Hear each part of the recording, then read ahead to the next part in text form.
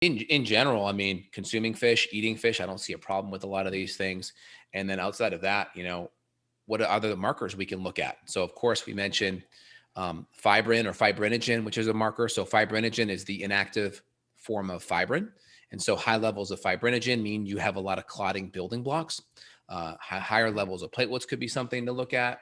I would say elevations in inflammatory compounds like homocysteine, ESR, erythrocyte sedimentation rate, CRP, C-reactive protein. These are all inflammatory markers that tell us that, okay, inflammation's present. The more chances inflammation's up, cells are going to stick together. The more cells stick together, it's like trying to walk out double doors, 3 or 4 people side by side. It's just going to clog up the flow, right? And so that's going to help give you an indication that some things are not flowing well. And then you can try different strategies, the ones that we're talking about, go back and then retest those markers. And that's helpful. I would say the one marker that's a little bit different, the homocysteine, that's going to happen typically due to inactive or not enough high quality methylated B vitamins, usually folate, usually B6, B12. These are important B vitamins. If you don't get them in methylated or more active forms, this metabolite of homocysteine can accumulate, and these B vitamins decrease homocysteine. So how it works is it goes methionine, adenyl homocysteine to cysteine. This is this kind of metabolism, a breakdown of methionine into cysteine, and cysteine goes into glutathione. This healthy metabolism requires these B vitamins, right? Folate, methylated B12, right? B6, right? These important nutrients need to be there so we can take that homocysteine and bring it through all the way down to cysteine and metabolize it optimally. If not, it can be inflammatory and affect the arteries and the area where the blood's flowing and create inflammation and plaquing.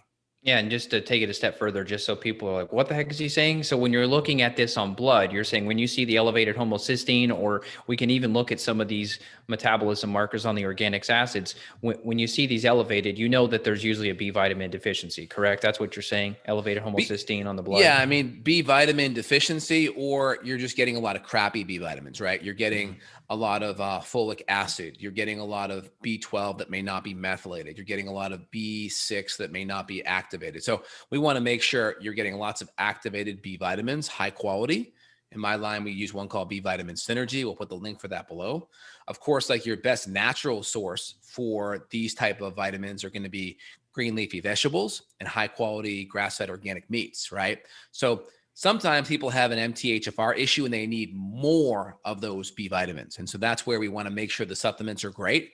And if you're consuming a lot of like processed crappy orange juices and grains, you may get a lot of folic acid and crappy B vitamins there. If that's the case, you want to cut those out. You want to get lots of good natural B vitamins from the sources I just mentioned. And you want to take a really good, clean B vitamin supplement that's going to have those in methylated, activated forms. And if we're doing testing on like a MTHFR blood test, we would look at those phenotypes and see what's present. But organic acids are wonderful too, because we can look at markers like kinourinate, xanthuronate to look at B6. We can look at markers like FIGLU or 4-aminoglutamate to look at folate. We can look at markers like methylmalonic acid to look at B12. So there's different markers we can look at. Beta hydroxy isovalerate, right? These are all good markers for B vitamins to look at. So we can see if these things are, if we have metabolic demand issues, we can go and tweak those accordingly.